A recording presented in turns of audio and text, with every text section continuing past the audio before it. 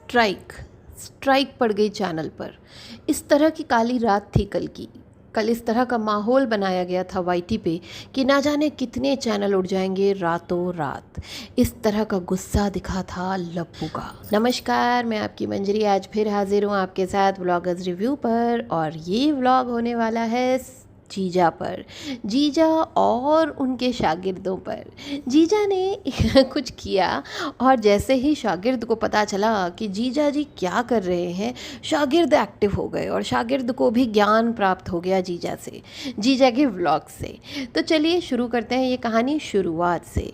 तो जीजा जी के चैनल के बहुत सारे वीडियोस बने जा रहे थे, मतलब वो रीयूज़ हो रहे थे। पूरा का पूरा उनका जो व्लॉग था, वीडियो था, वो पूरा का पूरा एज इट इज़ बहुत सारे चैनल वाले अपनी फ़ोटो लगाकर या बीच बीच में खांस कर ऐसे ऐसे कर कर बस लगा दे रहे थे। तो ये होता है कॉपीराइट, ये होता है आप किसी का सामान रीयूज़ कर रहे हैं। अब इसमें कोई कहे कि यार करने दो, हमने मेहनत की तो क्या हुआ, हमने बोला ही तो। हमारा चेहरा अगर किसी के काम आ रहा है, किसी का पेट चल पल रहा है, कोई रोटी कमा रहा है, तो हम क्यों उसके पेट पे लात मारें, है ना। लेकिन आप इस तरह से सोच के बताइए कि अगर आप नौकरी करते हैं या आपका कोई बिज़नेस है ना, और आपने एक एम्प्लॉय रखा है, आप बॉस हैं, आपने एक एम्प्लॉय रखा है, आपने 4 एम्प्लॉय रखे हैं, और उसमें से एक यानी A B C D 4 employees रखे हैं, और जो D है वो A का काम भी करता है, B का काम भी करता है, C का काम भी करता है, और D का काम तो करता ही करता है। वो इन 4 लोगों का काम एक अकेला D करता है। तो आप सैलरी देते हैं A को भी, B को भी, C को भी और D को भी। तो आपकी जेब हल्की होती है अगर आप 20-20 हज़ार भी देते हैं फॉर एग्ज़ाम्पल, तो 420 यानी 80,000 रुपये आप खर्च करते हैं इन 4 एम्प्लॉयज़ पे, जबकि काम सिर्फ एक ही बंदा कर रहा है D। तो आप क्या करेंगे, क्या करेंगे आप A B C को निकाल देंगे ना, और कहेंगे भाई डी ही काफ़ी है, डी की नौकरी काफ़ी है, भाई जब सारा काम डी ही कर रहा है तो डी को ही रहने दो। यही कुछ मामला है वाईटी का। यूट्यूब की भी गाइडलाइंस, कम्युनिटी गाइडलाइंस इसी तरह से हैं कि भाई वो हमें पैसे देता है, हम उसके लिए काम करते हैं, है ना। जब हम कोई भी चैनल बनाते हैं या वीडियो बनाते हैं तो हम जो भी क्रिएट करते हैं, यानी अपनी क्रिएटिविटी से जो भी क्रिएट करते हैं, वो हम अपनी वाईटी को दे देते हैं। जब वाईटी को देते हैं तो वाईटी उसमें से जो भी कमाता है एज अ पार्टनर एक चैनल को रखता है, और वो जो भी कमाता है उसका 45% हमें दे देता है। बस यही है बिज़नेस।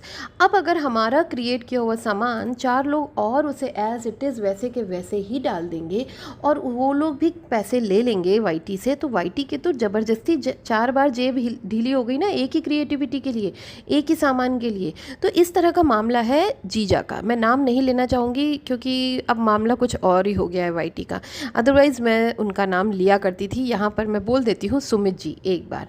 तो मुझे उनमें कोई कमी नज़र नहीं आई। जब उनका व्लॉग आया, जब उनके बारे में और चैनल से सुना, लोगों ने कहा, हल्का ने कहा ये करो वो करो, मैंने सोचा इस पे मुझे बात नहीं करनी क्योंकि वो करेक्ट है। देखिए कुछ चीज़ें फेयर यूज़ में आती हैं। आप छोटा सा कुछ क्लिप निकाल लीजिए, कुछ एक्सप्लेन करने के लिए डाल दीजिए, तो वो एक फेयर यूज़ में आती है, जो कि कम्युनिटी गाइडलाइंस में क्लियरली मेंशन है। वो फेयर यूज़ है, छोटे छोटे सेकेंड्स यानी 30 सेकेंड्स 15 सेकेंड्स इस टाइप के वीडियोज़। और उसमें भी अगर आप अपनी क्रिएटिविटी ऐड करते हैं, आप अपना वॉइस ओवर ऐड करते हैं, म्यूज़िक ऐड करते हैं, गाना ऐड करते हैं, तो वो आपका क्रिएटिविटी ऐड हो जाता है, आपका वैल्यू ऐड हो जाता है, तो वो आपकी चीज़ हो जाती है। लेकिन जहाँ पर आप एज इट इज़ सारा सामान वहाँ से लेते हैं वीडियो, और यहाँ पर 10 मिनट 15 मिनट का पेस्ट कर देते हैं, और उसमें कुछ ना कुछ कंट्रोवर्सी वाली बात लिख देते हैं जो कि सामने वाले पे इफेक्ट करती है ना। तो एक तो नेगेटिविटी ये हो जाती है जीजा के लिए। दूसरी नेगेटिविटी ये हो जा रही है कि जो प्रमोशन वीडियोज़ हैं वो सब आप लोग ले रहे हैं, और पैसे आप ले रहे हैं, प्रमोशन करके नहीं दे रहे हैं। और उन्होंने बहुत पहले ही, ये करीबन 1 हफ्ते पहले ही ये वीडियो बनाकर बोला था कि भाई ऐसा मत करो, ऐसा मत करो, आप लोग अगर ले रहे हो पैसे तो प्रमोशन कर लो। भाई मेरे नाम से चैनल खोल के बैठे हो, आप मोनेटाइज हो गए हो, आप पैसे ले रहे हो ब्रांड वालों से, तो उनका प्रमोशन भी कर दो। उन्होंने यहाँ तक बोला था जीजा ने। उसके बाद उन्होंने ये कहा कि अगर फिर भी आप लोग नहीं मानोगे तो मैं आपको स्ट्राइक दूंगा। अगर वो स्ट्राइक नहीं देंगे तो फाइनली यूट्यूब स्ट्राइक दे देगा। भाई यूट्यूब खुद दिखाता है, कॉपीराइट टूल से वो दिखाता है कि कितने लोगों ने आपका content as it is paste कर दिया है, और अगर आप स्ट्राइक नहीं देंगे तो यूट्यूब उस पर एक्शन लेता है।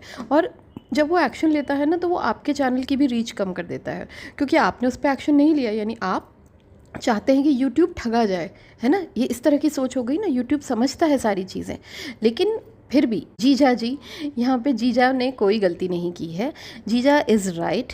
और जीजा ने अपने व्लॉग में कुछ चीज़ें ऐसी बता दी जिससे कि लपुआ लपुआ का दिमाग ठनक गया। लपुआ ने कहा कि अरे मुझे तो उड़ता पंजाब से बचना ही था, मैं तो कितनी कोशिश कर रहा था कि चीज़ें डाइवर्ट हो जाएं, चीज़ें डाइवर्ट हो जाएं, लेकिन इससे अच्छा क्या मिलेगा, इससे अच्छा क्या मामला होगा। तो चलो आज मैं अपना रूप फिर से दिखाता हूँ और इस बार मैं स्ट्राइक खेलता हूँ। तो ये पकड़ लिया लपुआ ने, और लपुआ ने अपनी पूरी परिवार को स्क्रिप्ट बांट दी एज़ इट इज़। पहले काली माता आई रोते हुए, जैसे ही काली माता वाईटी पे रोते हुए आई, इतनी बड़ी बात हो गई कि वो रोते हुए आ गई। उसके बाद उनकी माता जी आ गई कि अब हम लोग लीगल नहीं, अब हम लोग स्ट्राइक देंगे।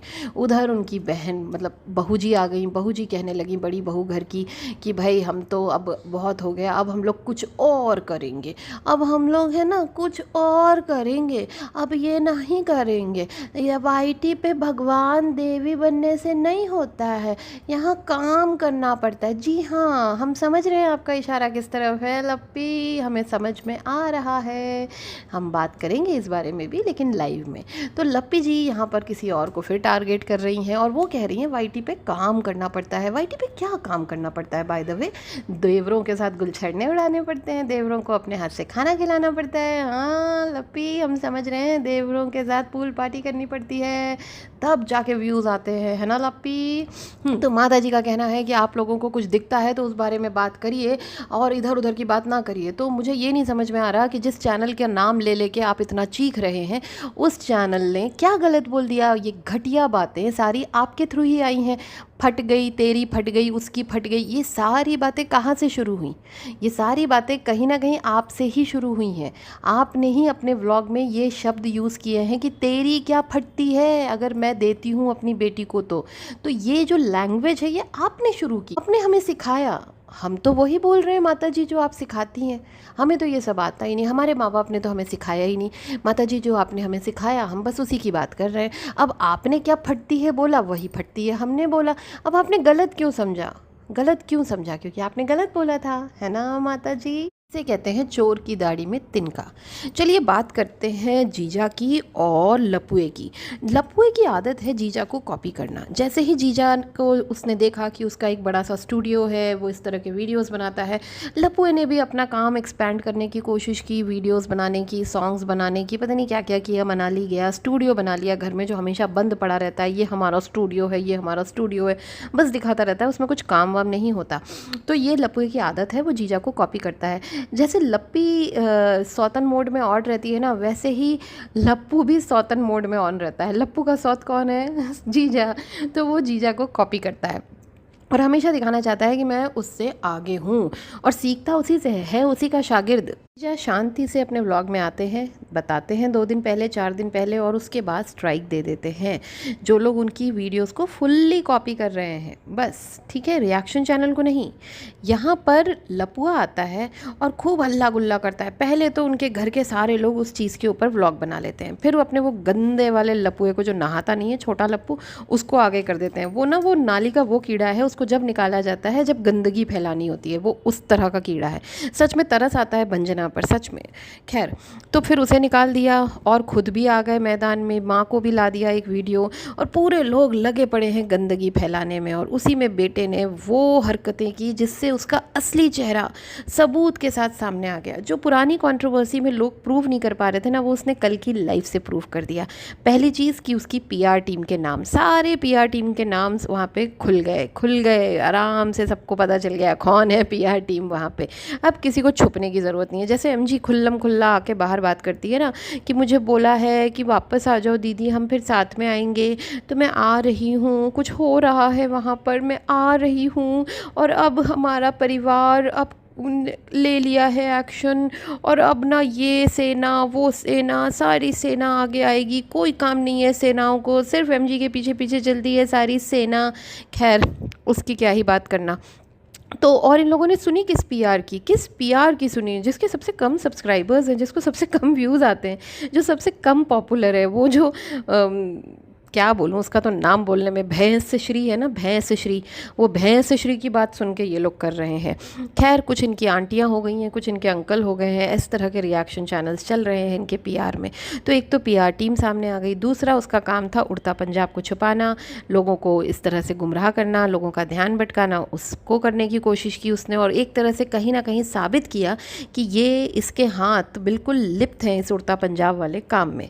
तीसरी बात इसने कहा वहाँ पर एक रिएक्शन चैनल वालों को कि ये सब कुछ आपकी वजह से हो रहा है, और अगर आप चाहती हो कि ये सारी चीज़ें रुक जाएं, यानी कि धमकी, ये करो नहीं तो मैं ये कर दूंगा। ये उस कम्युनिटी, याद है पहली वाली कंट्रोवर्सी में ये हो चुका है, कम्युनिटी हटा दूंगा, जल्दी से ही फ़ोन करो, याद आ रहा है ना। हाँ, तो यहाँ पर भी उसने वही किया कि अगर आप चाहते हो कि ये सारी चीज़ें रुक जाएं तो फिर जल्दी से कम्युनिटी लगाओ कि मैं माफ़ी मांगती हूँ, मैं ये करती हूँ, ये वो, मैं अब तुम्हारे बारे में बात नहीं करूँगी, इस तरह की कम्युनिटी लगाओ, नहीं तो मैं लगा रहा हूँ स्ट्राइक। और कम्युनिटी नहीं आई, लो मैंने लगा दी स्ट्राइक, डर नहीं रहे, लो मैंने लगा दी, एक को लगा दी, लो दो को लगा दी, लो लगा दी स्ट्राइक, लो जल्दी करो, जल्दी लगाओ कम्युनिटी।